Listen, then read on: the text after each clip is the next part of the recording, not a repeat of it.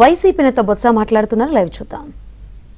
భారతదేశం తాలూకా చిత్రపటంలో పలానా రంగంలో ఈ ఆంధ్ర రాష్ట్రం వచ్చి 1-3 స్థానం ఉంది చెప్పాలి. ఇంతకుముందు ఎలా ఉండేది, ఇవాళ ఎలా ఉంది, వాటి మీద కూడా మాట్లాడతాం. ఎక్కడ రాష్ట్రంలో అభివృద్ధి అనేది ఎక్కడ కనబడలేదు. అభివృద్ధి ఎవరు కనిపిస్తుందంటే చంద్రబాబు నాయుడు గారు, వాళ్ళ కుటుంబ సభ్యులు, వాళ్ళ పార్టీ నాయకులకి వాళ్ళ అభివృద్ధి కనిపిస్తుంది, వ్యక్తిగతమైన అభివృద్ధి తప్ప రాష్ట్ర అభివృద్ధి ఎక్కడ కనిపిస్తుంది.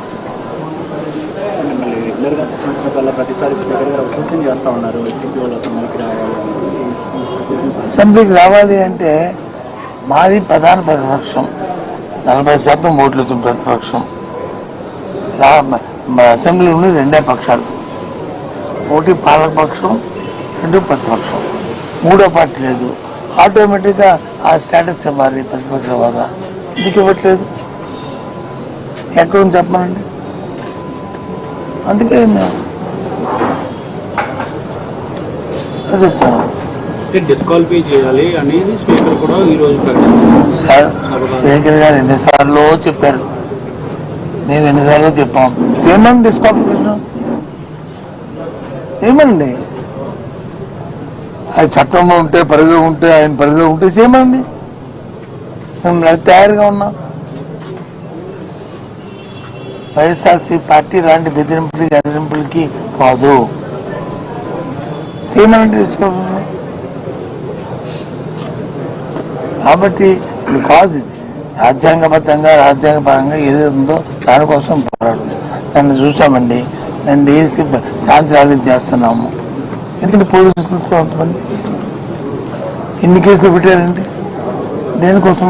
మేము చట్టాన్ని చేతి తెచ్చుకున్నామా, ఎక్కడైనా వైలెన్స్ చేసామా చెప్పండి.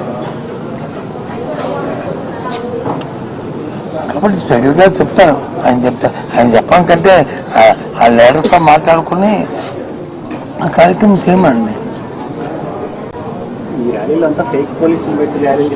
ఫేక్ పోలీసులా?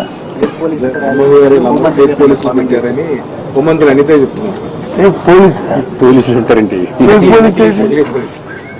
నకిలీ పోలీసు, మీ ర్యాలీలో నకిలీ పోలీసు నాకు అర్థం అవ్వలేదు.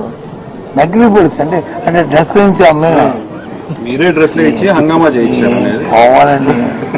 ఇది పరాకాష్ట, ఇది పరాకాష్ట. నిజంగా కానీ ప్రభుత్వంలో మంత్రులు కానీ మాట్లాడితే, హోంమంత్రి కానీ ఇంకో మంత్రి కానీ మీరు చెప్పిన భాష కానీ మాట్లాడితే ఇది పరాకాష్ట.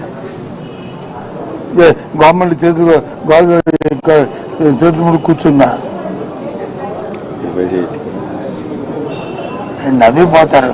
అంటే పోలీసులు కూడా మేము ఫేక్, అంటే ఫేక్ పోలీసులతో ప్రభుత్వం నడిపిస్తుంది అన్నమాట. వస్తుంది ఏం చంద్రబాబు నాయుడు గారు, ఇదే మీ ప్రభుత్వం,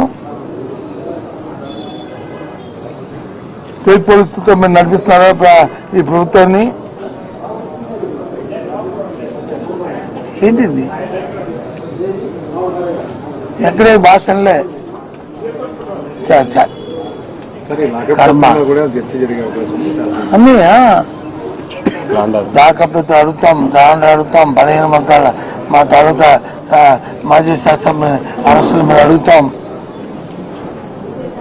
అన్ని కార్యక్రమాల మీద శాసనమండలిలో నిర్ణయిస్తాం.